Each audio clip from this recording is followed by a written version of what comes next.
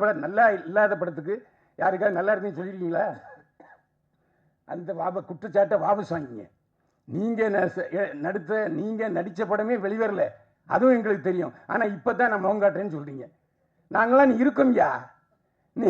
நீங்கள் கதாநாயகன் நடித்த படம் வந்துச்சா? யார்கிட்ட கதை விடுறீங்க? இதெல்லாம் ஏன்ட்ட வேண்டாம். என்ன பண்ண, நான் இன்னைக்கு எனக்கு 73 வயசாச்சு. 52 வயசை இதிலே தான் கழிச்சிருக்கேன். இதில் வேற ஜெயலலிதாவோட பயணிச்சிருக்கேன், எம்ஜிஆரோட பயணிச்சிருக்கேன். இப்போ நீங்கள் உங்களுக்கும் அரசுக்கும் ஒரு கேப் ஆகி போச்சு. அந்த இடைவெளியை நிரப்புங்க. நீங்கள் ஏன் போய் பேச மாட்டீங்க? நீங்கள் கூப்பிட்டா வர மாட்டாங்களா? நாளைக்கே தயாரிப்பாளர் சங்கம், இயக்குனர் சங்கம், விநியோக சங்கம், லொட்டு லூசுக்கு எல்லாம் போய் நீங்கள் கூப்பிடுங்க. உதயநிதி மாண்பு உதயநிதி ஸ்டாலின் வரமாட்டேன்னு சொல்லுவாரா? இதானாங்க ஒரு பிறந்த வீடு. அவருக்கு இன்னைக்கு துணை முதல்வர் பதவி கிடைச்சிட்டுனாலே அவர் நடிகருங்கிறனால தான். இல்லை நான் யாராச்சும் சொல்லுங்க பார்ப்போம். அவருடைய தேர்தல் 2 தேர்தலையும் அவர் தான் தனியாளாக போய் திமுகவுக்கு பிரச்சாரம் பண்ணார். அதனால தான் அவருக்கு இந்த பதவி. இன்னைக்கும் உதயநிதி ஸ்டாலின் மக்களுக்கு தெரியுது, துணை முதல்வராக தெரியாது, நடிகராக தான் தெரியும். அந்த அளவுக்கு தாய் வீடு இருக்கு. நீங்கள் பேசுறது கூச்சப்படுறீங்க.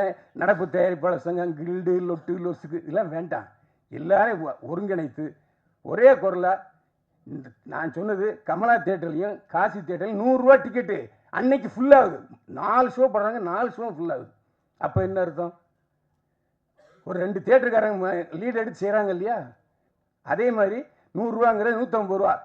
எம்ஜிஆர் நான் அடிக்கடி சொல்கிறேன். அதாவது சஃபயரு, அப்புறம் கேசினோ, இன்னும் ஒரு 5-6 தேட்டரில் இங்கிலீஷ் படம் தான் போட்டே இருந்தாங்க. அப்போது முக்தா சீனிவாசன் தான் தயாரிப்பாளர் சங்க தலைவர். நேராக போனார் முதல்வர் எம்ஜிஆர்ட்ட, இந்த மாதிரினார். உடனே அவர் போட்டார்.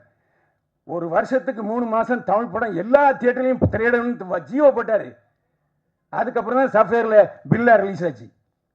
இந்த மாதிரி அரசுக்கும் நம்ம திரைப்பட தொழிலுக்கும் ஒரு அணுக்கமான நுணுக்கமான தொடர்பு இருக்கணும். இருந்தால் நிச்சயமாக அந்த காலத்தில் 7 படம் 7 படம் ஓடலையா? நீங்கள் தானே சொன்னீங்க 7 படம் ஓடிச்சுன்னு. 7 படத்துக்கும் தியேட்டர் இருந்தது இல்லை. எனக்கு தெரிஞ்சு ஒரே நாளில் தீபாவளியில் 4 படம் பார்த்துருக்கேன். புரட்சியாளர் எம்ஜிஆர், நடிகர் சிவாஜி கணேசன், ஜெய்சங்கர், முத்துராமே 4 படம் பார்த்துருக்கேன். ஒரே நாளில் 4 ஷோ. அப்படிலாம் பார்க்குறதுக்கு ஜனங்க இருக்காங்க. என்ன நீங்கள் சொன்ன மாதிரி எல்லா கேவலம் 360 ரூபா கொடுத்து ஒரு இந்த ஸ்நாக்ஸ் வாங்கினா ஒரு நேரம் சோறை பார்த்து அந்த அளவுக்கு விலை 250 ரூபா 300 ரூபா. அதெல்லாம் நீங்கள் தியேட்டருக்காரங்களுக்கு உட்காந்து இதெல்லாம் குறைங்கப்பா, இதெல்லாம் அதிகம், அவங்க செலவாகுதுன்றாங்க. நான் என்ன திரும்ப சொல்கிறேன்னு, காசி தேட்டர்லையும் கமலா தேட்டர்லையும் 100 ரூபாய்க்கு போடுவதற்கு தயாராக இருக்கும் பொழுது 150 ரூபா அங்கே அவங்க தயாராக இருக்க மாட்டாங்களா? சரி வேண்டாம், பெரிய படங்கள் வரும்போது போட்டுங்கப்பா. மீதி ஒரு வருஷத்தில் எத்தனை பெரிய படங்கள் வருது? 10 வருமா? அதுக்கு மட்டும் விட்டுங்க. மற்றதை பூரா நீங்கள் இந்த பாதி செல்லக்குட்டி படத்துக்கு கொடுங்கன்னு கேளுங்க. தேட்டருக்காரன் மாட்டேன்னுவாங்களா, இல்லாட்டி விநியோகஸ்தர் மாட்டேன்பாங்களா, இல்லை அரசாங்கம் மாட்டேன்னு சொல்லுவாங்களா?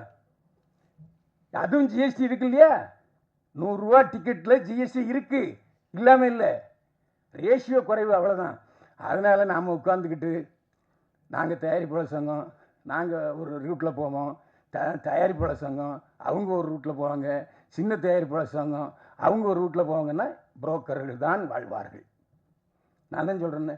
இன்னைக்கு ரெட் ஜெயண்ட்டு மற்ற சன் பிக்சர்ஸ் இல்லைன்னா உடனே இங்கே ஒரு 10-100 தேட்டர் கிடைக்குமா? புரோக்கரை தான் தேடி போகிறீங்க. ஏன் அவங்க நேரடியாக தேட்டருக்காரங்கிட்ட உங்களோட பேசுறதுக்கு வசதி இல்லையா? அதுக்கு ஒரு அமைப்பை அமைங்க. தேட்டர் அதிபர்களும் பேசுவதற்கு ஒரு அமைப்பை நீங்களே அமைங்க. யார் மாட்டேன்னு சொல்லுவாங்களா? இன்னைக்கு அவங்க உட்காந்துட்டு ப்ரெஸ் மீட் பண்ணுறாங்க.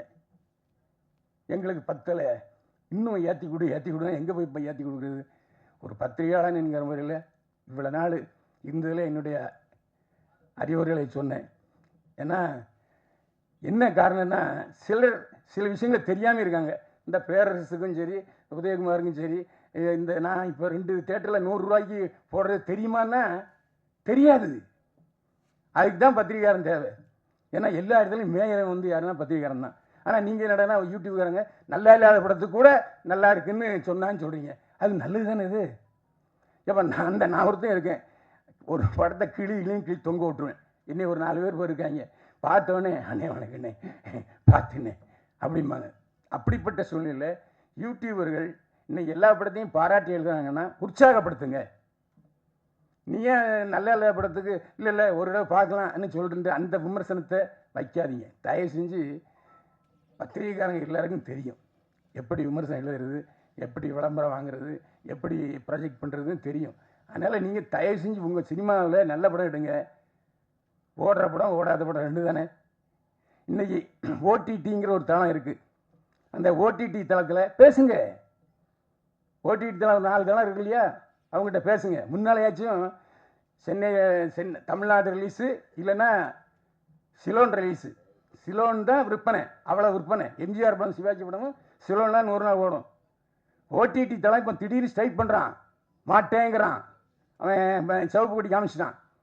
ஸோ அவங்கள கூப்பிட்டு உட்கார வச்சு என்ன அவங்க பிரச்சனை, சின்ன படங்கள் வாங்குங்க, பேசுங்க. அதுதானே உங்களுக்கு நன்மையை பயக்கும்.